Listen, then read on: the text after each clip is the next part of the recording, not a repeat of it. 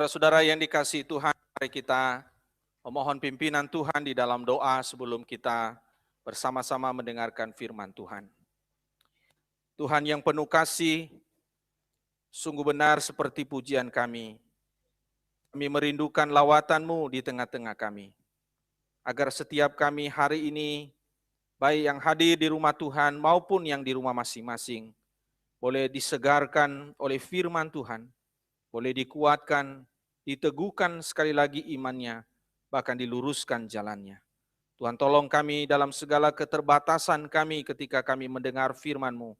Biarlah Roh-Mu memenuhi hati kami, membukakan pikiran kami, agar firman yang kami dengar sungguh dapat tertanam di dalam hati kami, dalam menjalani kehidupan di tengah-tengah dunia sebagai murid-Mu. Bersabda kami siap mendengar, demi nama Tuhan Yesus kami berdoa. Amin. Silakan duduk jemaat yang dikasihi Tuhan. Hari ini di minggu pertama bulan Juni ini, firman Tuhan akan bertemakan yaitu membangun kesatuan di dalam Kristus. Mari kita akan membaca Alkitab kita dari Injil Yohanes pasal 17 ayat 20 sampai ayat yang ke-23. Injil Yohanes pasal 17 ayat 20 sampai ayat yang ke-23. Injil Yohanes pasal 17 ayat 20 sampai 23. Izinkan saya akan membacakannya dan saudara-saudara mengikuti di dalam hati masing-masing, demikianlah firman Tuhan. Dan bukan untuk mereka ini saja aku berdoa, tetapi juga untuk orang-orang yang percaya kepadaku oleh pemberitaan mereka, supaya mereka semua menjadi satu, sama seperti Engkau, ya Bapa, di dalam aku, dan aku di dalam Engkau, agar mereka juga di dalam kita, supaya dunia percaya bahwa Engkaulah yang telah mengutus aku. Dan aku telah memberikan kepada mereka kemuliaan yang Engkau berikan kepadaku, supaya mereka menjadi satu, sama seperti kita adalah satu. Aku di dalam mereka, dan Engkau di dalam aku, supaya mereka sempurna menjadi satu, agar dunia tahu bahwa Engkau yang telah mengutus aku, dan bahwa Engkau mengasihi mereka sama seperti Engkau mengasihi aku. Saudara-saudara yang dikasihi Tuhan, tema firman Tuhan sekali lagi kepada kita pada pagi hari ini adalah membangun kesatuan di dalam Kristus. Nah, saudara sekalian, selama 2 kali perang dunia, yaitu perang dunia yang pertama dan perang dunia yang kedua, karena kita tahu bahwa perang dunia baik yang pertama maupun yang kedua itu dimulai di Eropa, saudara. Dan perang dunia 2 kali itu, saudara, telah membuat benua Eropa dengan negara-negara yang ada di dalamnya yang mengalami konflik dan perang selama bertahun-tahun itu mengalami kehancuran dan penderitaan selama bertahun-tahun. Dan di dalam masa perang dunia yang pertama itu tercatat ada 850.000 tentara atau prajurit yang tewas di medan perang, belum terhitung rakyat, belum terhitung korban materi dari perang itu. Kemudian di dalam perang dunia yang kedua kita juga melihat catatan sejarah bahwa ada 55 juta orang, bayangkan saudara, karena perang antar negara di benua Eropa dan juga meluas di seluruh dunia itu menewaskan 55 juta orang. Ya, saya belum tahu pandemi ini menewaskan berapa juta orang, saudara. Tetapi kita melihat saudara sekalian selama perang dunia kedua itu di mana negara-negara tidak bisa bersatu, negara-negara saling menghancurkan, saling menyerang, dan kita melihat kerugian yang sangat besar yang dialami oleh negara-negara yang terlibat di dalam peperangan itu, khususnya di benua Eropa pada waktu itu. Namun saudara, kisah perang dunia yang melanda Eropa mungkin tidak akan, sekali lagi saya katakan, mungkin tidak akan terulang kembali. Kenapa saudara? Karena di Eropa sekarang sudah berdiri satu unit yang disebut dengan Uni Eropa, saudara. Uni Eropa ini adalah satu gabungan dari negara-negara yang ada di Eropa. Sehingga kemungkinan kecil negara-negara ini akan saling berperang satu sama lain.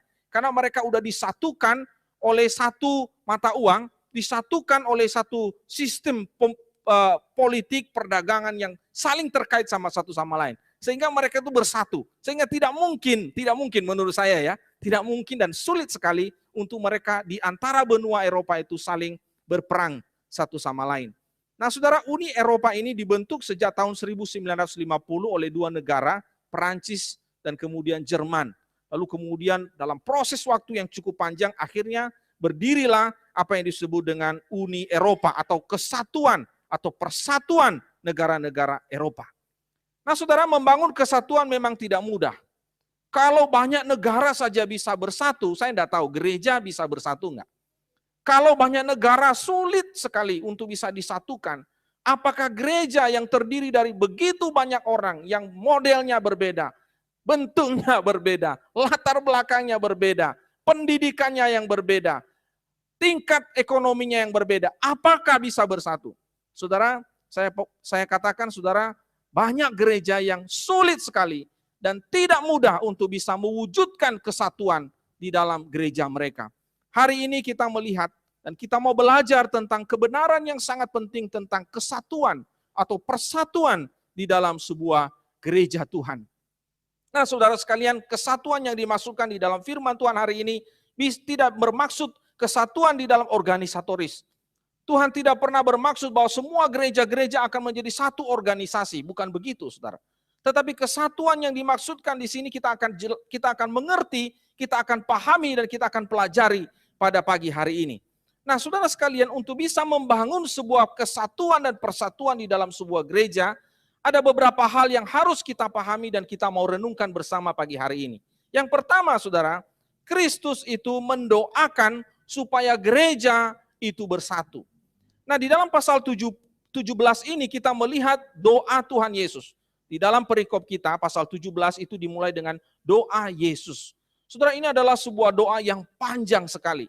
Kita tahu di dalam Injil Matius ada doa yang lain, ya, yang juga dipanjatkan oleh Tuhan Yesus dan itu diajarkan kepada murid-muridnya. Saudara tahu apa? Yaitu apa? Doa Bapa kami, saudara. Dan doa Bapa kami itu mudah sekali kita hafal karena begitu pendek, tidak terlalu panjang. Tetapi doa ini, saudara, kalau kita mencoba untuk menghafalnya, mungkin lebih sulit, saudara. Karena banyak sekali ayatnya, begitu panjang. Dan ini adalah doa yang kita lihat di dalam bagian ini disampaikan oleh Tuhan Yesus, pertama-tama untuk dirinya sendiri, karena sebentar lagi dia akan mengalami penderitaan dan kematian. Tetapi juga doa itu ditujukan pada waktu itu kepada murid-muridnya yang bersama-sama dengan dia, yang mengikuti dia pada waktu itu. Dan yang terakhir yang kita pelajari pada pagi hari ini, bahwa doa Tuhan Yesus itu ditujukan kepada orang-orang yang akan datang, orang-orang pada masa yang akan datang. Dan doa-doa itu ditujukan kepada mereka yang akan percaya kepada Kristus pada masa yang akan datang. Nah, saudara, murid-murid Tuhan waktu itu ada 12 orang, belum terhitung perempuan-perempuan, belum terhitung orang-orang yang mengikuti dia. Ya, kurang lebih ribuan lah jumlahnya. Tetapi kita tahu, saudara sekalian, bahwa pada masa yang akan datang, pada masa berikutnya, jumlah murid Tuhan tidak hanya ribuan, tetapi puluhan juta, bahkan bermiliar-miliar orang. Dan murid-murid Tuhan itu adalah termasuk saudara dan saya. Dengan kata lain, saudara, doa Tuhan Yesus ini di dalam pasal 17 ayat 20 dan sampai 23 ini sebenarnya adalah doa Tuhan Yesus untuk kita.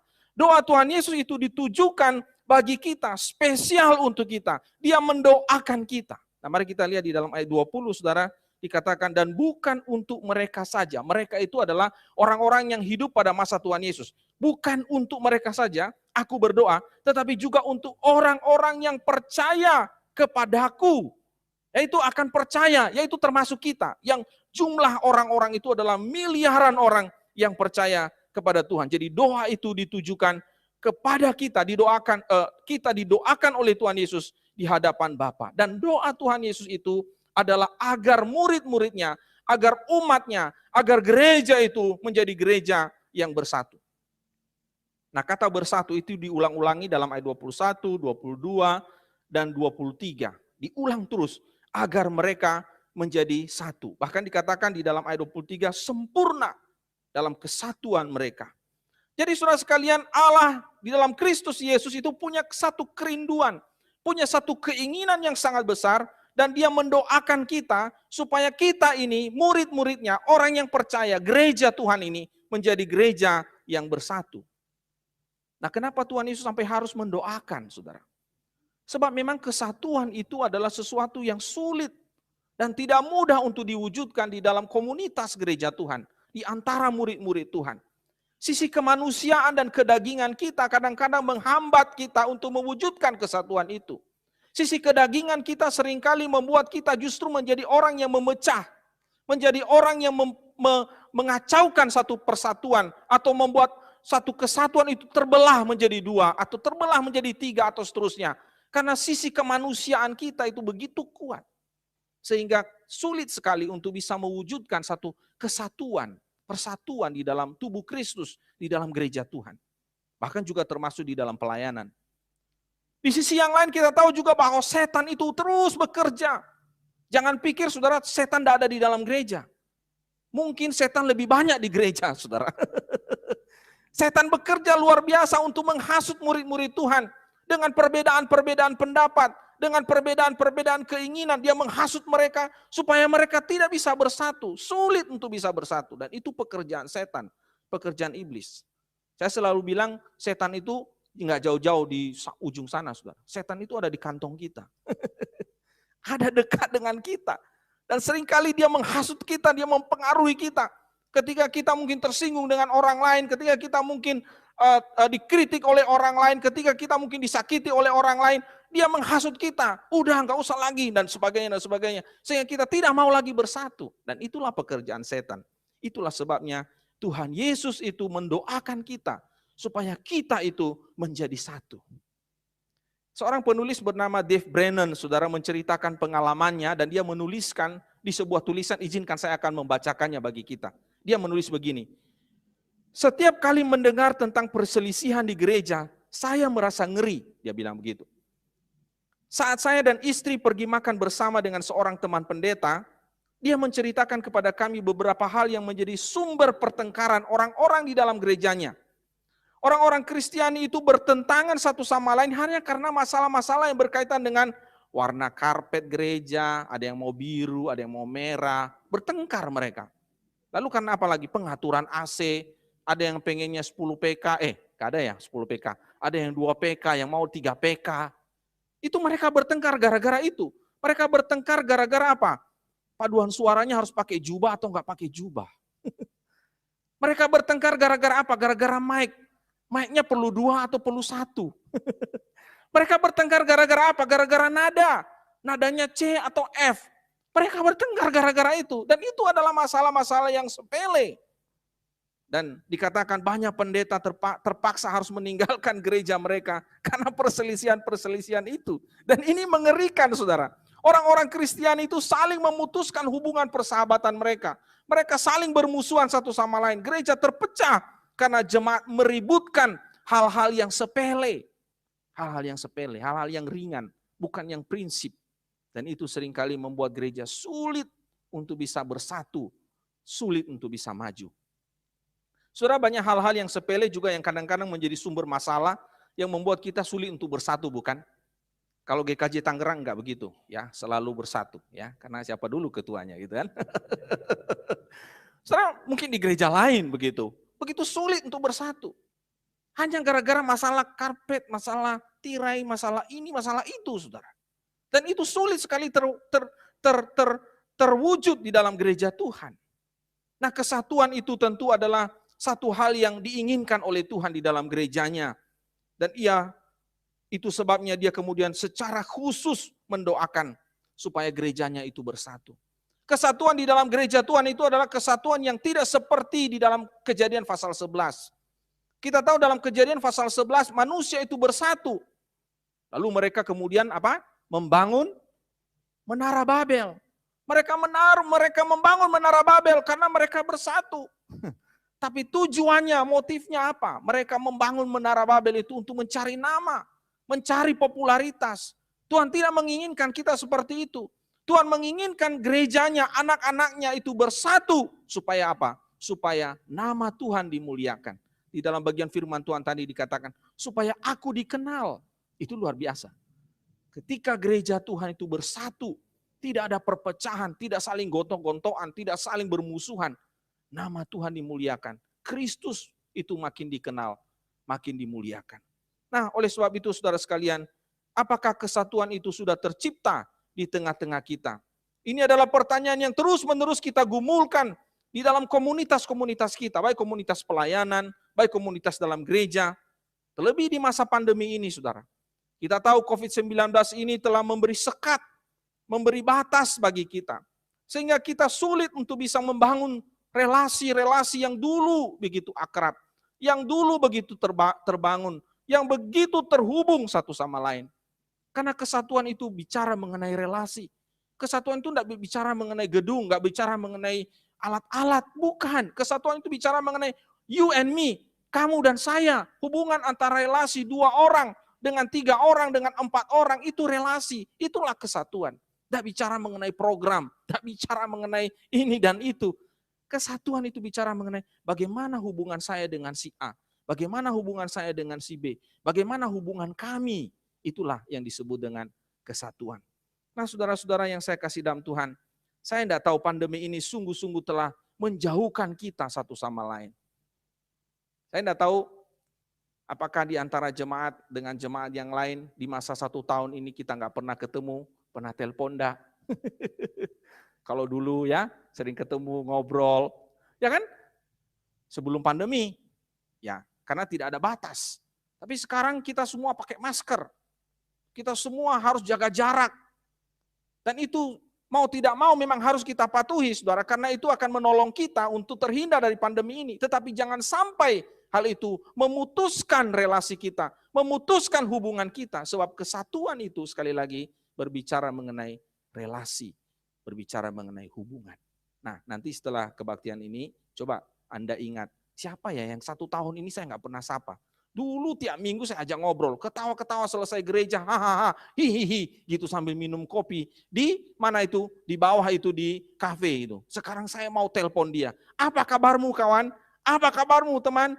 Di mana kamu sekarang? Apakah pekerjaanmu lancar-lancar saja? Jangan-jangan saudara-saudara telepon dia, istrinya yang jawab, dia bilang, udah lama meninggal Pak. Waduh saudara ya, jangan sampai begitu saudara, kita nggak tahu apa-apa gitu ya. Mari kita saling terhubung kembali, terkoneksi kembali. Bukan berarti saudara memang dalam masa pandemi ini harus online, tapi bukan berarti kita tidak bisa menggunakan teknologi. Ada telepon, ada video call sekarang, ada Zoom sekarang. Kita gunakan teknologi itu untuk membangun kembali relasi kita, hubungan kita. Karena itu adalah kesatuan. Yang kedua saudara, Kristus memberikan kemuliaan kepada gerejanya supaya gereja itu bersatu. Nah ini menarik saudara. Di dalam ayat 22, kita perhatikan ada satu kalimat di situ dikatakan ayat 22, dan aku telah memberikan kepada mereka kemuliaan. Perhatikan, dan aku telah memberikan kepada mereka kemuliaan. Kata kemuliaan di sini dari kata doksa. Kata doksa itu kita kenal dengan istilah doksologi, ya kan? Sebelum ibadah ditutup itu, mari kita menyanyikan doksologi. Doksologi itu apa? Kemuliaan. Kita kembalikan segala kemuliaan bagi Tuhan. Setelah semua ibadah kita sudah selesaikan, kita akhiri dengan doksa, dengan sebuah doksologi. Kita kembalikan segala kemuliaan bagi Tuhan. Nah menarik sekali di sini Tuhan Yesus katakan, aku telah memberikan doksa. Aku telah memberikan kepada mereka kemuliaan. Aneh sekali. Kita diberikan kemuliaan loh oleh Tuhan Yesus. Dan untuk apa kemuliaan itu diberikan? Nah ini jangan terpaku dengan wow kita udah dikasih kemuliaan. Tujuannya apa? Mari kita lihat kalimat berikutnya. Supaya apa? Tuhan memberikan kita doksa, Tuhan memberikan kita kemuliaan. Perhatikan ayat 22. Supaya apa? Supaya mereka menjadi satu. Itulah sebabnya Tuhan memberikan kepada kita kemuliaan itu supaya gereja Tuhan, anak-anaknya, pelayan-pelayannya itu menjadi satu. Dia memberikan kepada mereka kemuliaannya. Nah pertanyaannya adalah kemuliaan seperti apa yang diberikan oleh Tuhan Yesus kepada kita? Paling tidak ada 3 saudara. Saudara boleh catat ya. Yang pertama, kemuliaan itu berbicara mengenai salib. Saudara bagi dunia ini salib itu adalah kehinaan, betul? Coba orang-orang yang belum mengenal Tuhan, mereka bilang ngapain Tuhanmu itu disalib? Itu penghinaan bagi mereka. Tetapi bagi kita, ketika kita berbicara mengenai salib itu keagungan, betul? Itu kemuliaan. So, kalau tanpa salib kita nggak mungkin diselamatkan, betul nggak?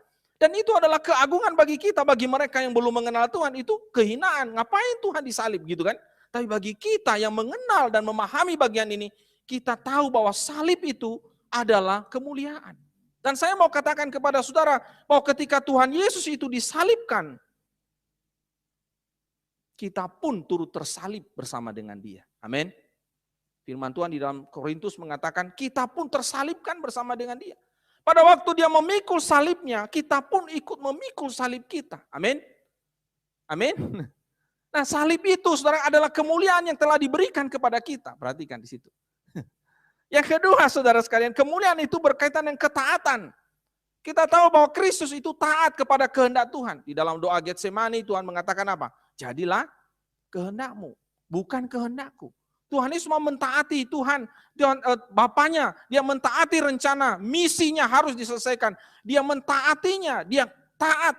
Nah, ketaatan itu saudara bukan kehinaan. Jangan pikir kalau ada orang mau taat itu hina. Bukan, tapi itu justru kemuliaan. Dalam dunia ini diajarkan orang yang mau taat itu budak, betul nggak? Orang yang mau taat itu di bawah, dia strukturnya di bawah, dia mau taat, dia hina. Tetapi bagi Tuhan, ketaatan itu adalah kemuliaan. Nah, luar biasa kan? Yang ketiga saudara, berbicara mengenai hubungan, relasi. Katakan tadi, seperti aku dan Bapa adalah satu.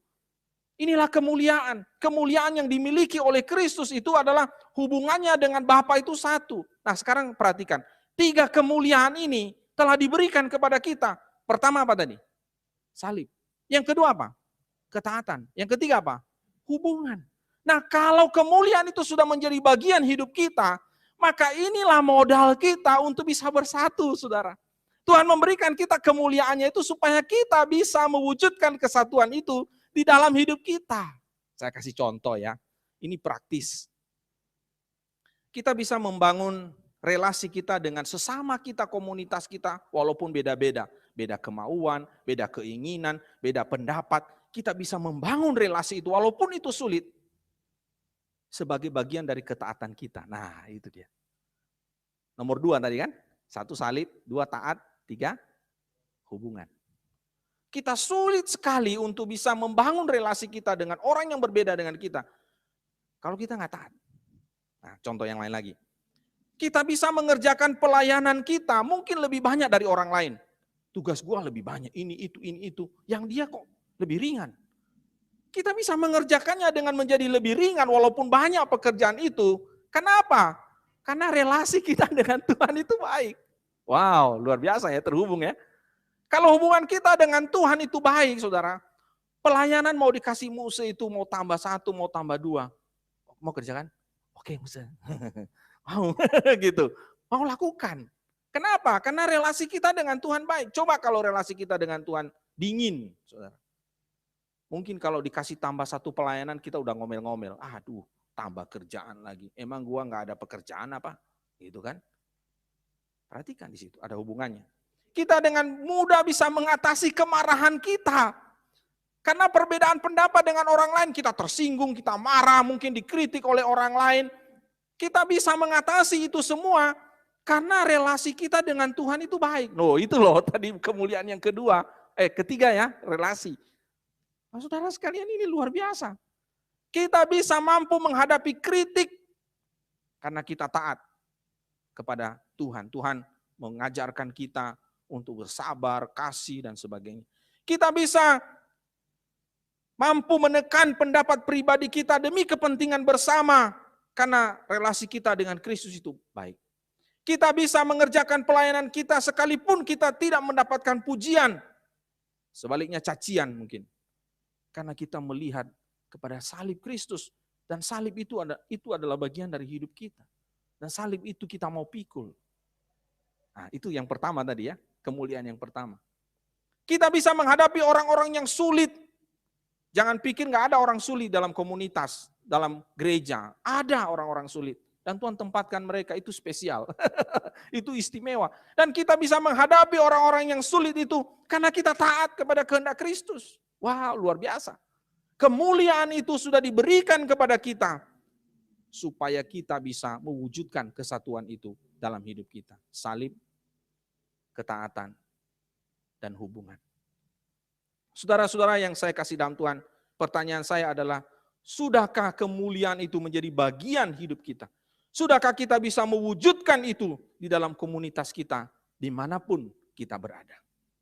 Beberapa puluh tahun yang lalu ada seorang pemain organ, ya bukan piano tapi organ, yang sangat handal sekali. Dia melakukan sebuah konser, saudara. Nah pada masa itu, saudara, organ zaman dulu itu harus dipompa, saudara ya, di belakang panggung. Jadi organ itu ada pompanya di belakang. Jadi ada tim yang pompa, ya, pompa apa itu agar tabung-tabung itu terisi penuh supaya bisa bunyi itu apa itu organ itu, ya, organ zaman dulu ya. Nah, saudara, satu lagu dimainkan oleh pemain musik itu dan setelah dia memainkan organnya itu, ya, semua jemaat atau penonton yang hadir di situ bertepuk tangan, mereka luar biasa pemain organ tunggal ini. Lalu kemudian dia duduk kembali, ya, dan dia memainkan lagi musiknya. Setelah dia menyanyi lagi, memainkan organnya, mereka bertepuk tangan lagi. Lalu kemudian setelah dia bangkit berdiri, lalu dia bilang begini, sekarang saya akan memainkan satu musik, satu lagu. Lalu dia menyebut lagunya, saudara. Lalu kemudian setelah itu semua hening, dia duduk, saudara. Dia mulai mainkan kakinya ya, di apa itu? Di pedal ya, ada pedalnya. Lalu dia mulai siapkan tangannya untuk menekan tuts organ itu. Nah, begitu dia tekan, saudara, tidak bunyi, saudara. Dia tekan lagi, tidak bunyi. Dia tekan pedalnya kok tidak bunyi. Dia tekan, tidak bunyi. Dan waktu dia tekan kok tidak bunyi, dari belakang panggung itu ada suara-suara orang-orang yang lagi pompa-pompa itu. Mereka bilang gini, jangan cuma saya dong. Ngerti maksudnya? Tadi dia bilang, sekarang saya akan memainkan. Jangan cuma saya dong, lu enak-enak di situ main-mainkan semua, lihat lu. Kita di belakang ngos-ngosan pompa-pompa. Saudara, di dalam pelayanan itu ya, ada orang yang kelihatan. Oh, musuh ini kelihatan gitu kan. Tapi ada orang yang nggak kelihatan. Untungnya yang nggak kelihatan itu nggak pernah protes. Jangan cuma saya dong. Yang lagi di belakang sana, yang lagi mixer, yang lagi ini. Mereka nggak kelihatan. Nah kalau kita ini diberi kemuliaan oleh Tuhan, salib, taat, hubungan. Kita tidak akan ngomong saya, tapi kita. Betul nggak? Dan orang yang di belakang juga nggak akan protes. Suatu saat mungkin orang yang di depan lupa ngomong. Ya lupa ngomong kami gitu. Keperucut dia ngomong saya gitu. Lalu dia matikan di belakang. Habis itu. Ya, dia matikan, sabotase di belakang. Habis itu di depan. Gitu. Kan enggak mungkin juga begitu kan? Kenapa? Ya itulah salib, itulah ketaatan, itulah hubungan. Dan kemuliaan itu telah menjadi bagian dalam hidup kita. Biarlah firman Tuhan pada pagi hari ini menolong kita untuk mewujudkan kesatuan yang Tuhan Yesus doakan bagi kita. Amin. Amin. Mewujudkan itu dalam pelayanan kita, dalam kita bergereja. Ada dua hal. Yang pertama, Kristus mendoakan supaya gereja bersatu. Dan yang kedua, Kristus memberikan kemuliaan kepada gerejanya supaya gerejanya menjadi satu. Mari kita berdoa. Tuhan, terima kasih untuk firman-Mu pagi hari ini. Kami tahu di masa-masa sulit dan sukar seperti pandemi ini, kami harus berjuang untuk membangun dan memelihara bahkan merawat kesatuan kami. Tuhan tolong kami Bapa supaya kami terus-menerus di dalam anugerah-Mu dapat mewujudkan doa yang Tuhan Yesus sampaikan, yaitu biarlah kami menjadi satu. Berkati firman-Mu ya Tuhan, berkati kami semua. Demi nama Tuhan Yesus kami berdoa. Amin.